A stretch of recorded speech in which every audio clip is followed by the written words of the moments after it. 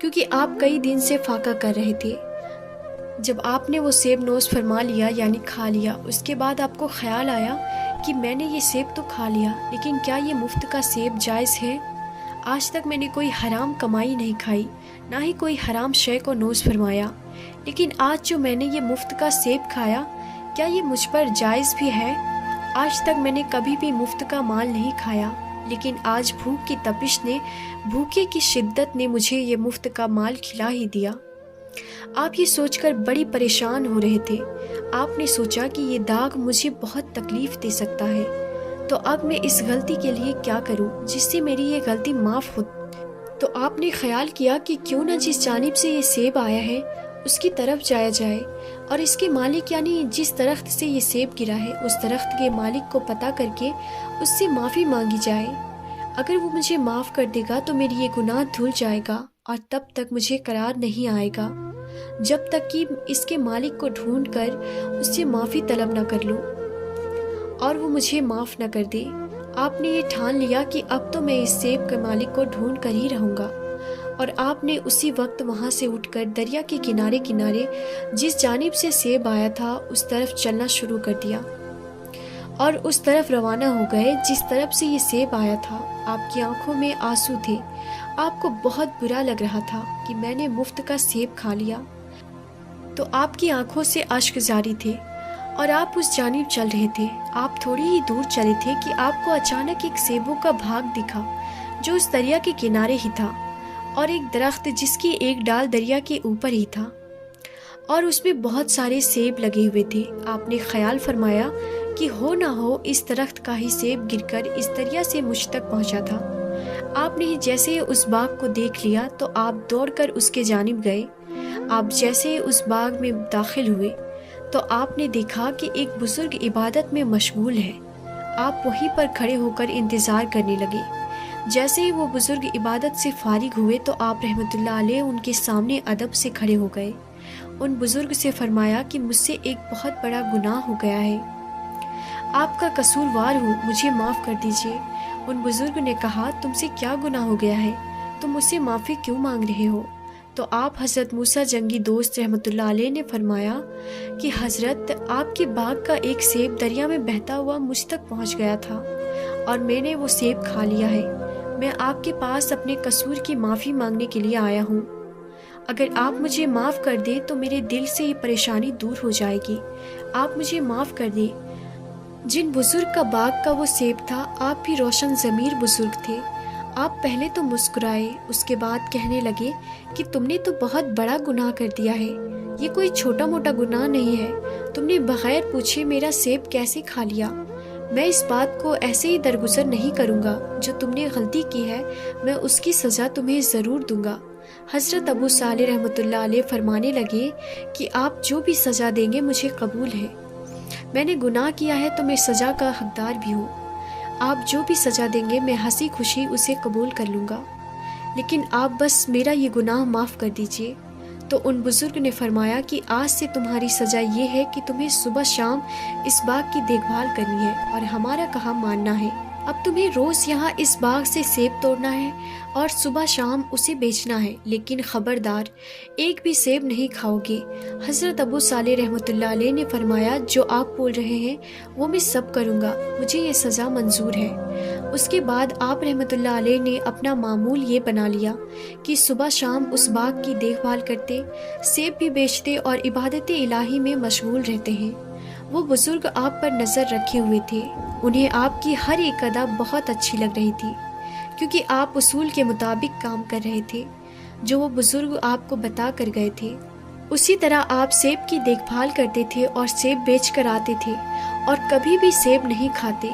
آپ حضرت ابو صالح رحمۃ اللہ علیہ کو یہ خدمت کرتے کرتے کئی برس گزر گئے۔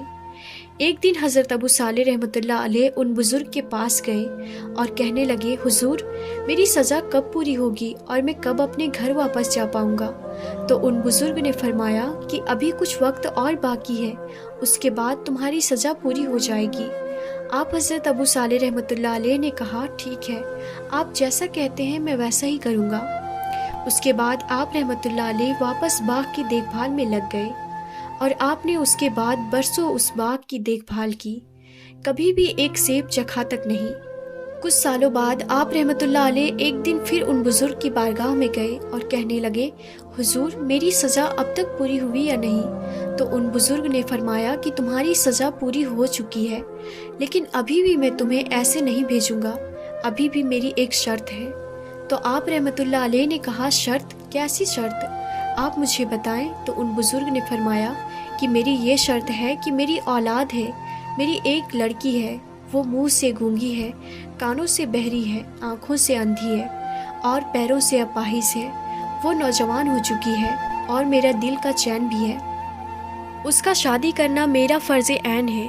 پھر ان بزرگ نے فرمایا کہ اس لڑکی یعنی میری لڑکی کے ساتھ تمہیں نکاح کرنا ہوگا، تبھی تمہاری غلطی کی معافی ہوگی۔ حضرت ابو صالح رحمۃ اللہ علیہ نے فرمایا، ٹھیک ہے، آپ جو چاہو کرو، لیکن میری غلطی معاف کر دو۔ اللہ اکبر! کیا تقوی پرہیزگار بزرگ ہیں ابو صالح رحمۃ اللہ علیہ۔ تو ان بزرگ نے کہا کہ ٹھیک ہے۔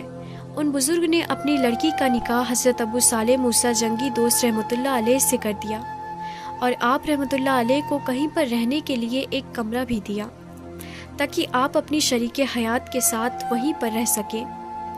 جب آپ دونوں کا نکاح ہو گیا اور دلہن اپنے کمرے میں تھی تو آپ رحمۃ اللہ علیہ بھی اپنے کمرے میں داخل ہوئے۔ آپ رحمۃ اللہ علیہ نے جیسے ہی اپنی دلہن پر نظر ڈالی تو وہ بالکل صحیح سلامت تھی، یعنی وہ خوبصورت تھی، ان کے اندر کوئی عیب نہیں تھا اور ان کے پیر بھی بالکل صحیح سلامت تھے۔ تو وہ گھبرا گئے اور سوچنے لگے کہ میری دلہن تو اندھی ہے اور وہ پیروں سے اپاہج ہے اور بے زبان بھی ہے، لیکن یہ تو بہت خوبصورت عورت دکھ رہی ہے، شاید یہ کوئی اور لڑکی یہاں پر آ گئی ہے۔ جیسے ہی آپ کو لگا کہ کوئی غیر عورت ہے تو آپ بھاگتے ہوئے اس کمرے سے باہر چلے گئے۔ اتنے میں ہی دروازے کی کنڈی آپ کے سر مبارک پر لگ گئی۔ آپ بھاگتے ہوئے ان بزرگ کے پاس گئے اور ان سے کہنے لگے کہ کمرے میں تو کوئی اور ہی عورت ہے، میری دلہن اندر نہیں ہے، کمرے میں کوئی اور عورت بیٹھی ہوئی ہے۔ ان بزرگ نے کہا، کیا ہوا، تم گھبرا کیوں رہے ہو، وہ تمہاری ہی دلہن ہے۔ تو انہوں نے کہا، نہیں حضرت، پہلے ایک سیب کھانے کی سزا ابھی تک بھگت رہا تھا، بڑی مشکل سے وہ گناہ معاف ہوا ہے، اب میں کوئی اور گناہ نہیں کرنا چاہتا، وہ عورت کوئی اور ہے۔ آپ نے کہا تھا کہ وہ بول نہیں پاتی ہے، گونگی ہے اور وہ سن نہیں پاتی ہے، وہ بہری ہے اور پیروں سے بھی اپاہج ہے اور اندھی ہے، لیکن اندر جو عورت میری دلہن بن کر بیٹھی ہے وہ تو بالکل صحیح سلامت ہے۔ ان بزرگ نے کہا، گھبراؤ مت، تمہاری دلہن وہی ہے، مجھے بھی پتا ہے وہ خوبصورت ہے، لیکن وہ کانوں سے بہری اس لیے ہے کیونکہ آج تک اس نے غیر مرہم سے ہم کلامی نہیں کی، اور زبان سے گونگی اس لیے ہے کہ اس نے کبھی بھی غیر مرہم سے بات نہیں کی، نابینا اس طرح ہے کہ اس نے آج تک غیر مرہم کو دیکھا تک نہیں، پاؤں سے اپاہج اس لیے ہے کہ آج تک یہ غیر مرہم کی طرف چل کر نہیں گئی۔ اللہ اکبر! یہ بہت عابدہ ہے اور اللہ کی بہت ہی نیک بندی ہے، ہمیشہ عبادت میں مشغول رہتی ہے۔ تم بہت خوش نصیب ہو کہ تمہیں ایسی دلہن ملی، اور وہ بھی بڑی خوش نصیب ہے کہ اسے تمہارے جیسا دلہا ملا۔ اس کے بعد ان بزرگ نے کہا، جاؤ، میں تمہیں خوشحال رہنے کی دعا دیتا ہوں، تم دونوں ہمیشہ خوش رہو اور اللہ تعالیٰ تم پر ہمیشہ اپنی رحمت برساتا رہے۔ آپ رحمۃ اللہ علیہ اور آپ کی دلہن دونوں خوشی خوشی کے ساتھ رہنے لگے۔ اس کے بعد اللہ تعالیٰ نے ان نیک لوگوں کو حضرت شیخ عبد القادر جیلانی قطب ربانی محبوب سبحانی رحمۃ اللہ علیہ جیسا بیٹا عطا کیا۔ سبحان اللہ۔ تو پیارے ناظرین، یہ ہے غوث پاک رحمۃ اللہ علیہ کے والد اور والدہ۔ اگر یہ واقعہ آپ کو واقعی پسند آیا ہے تو کمنٹ میں یا غوث المدد لکھیں۔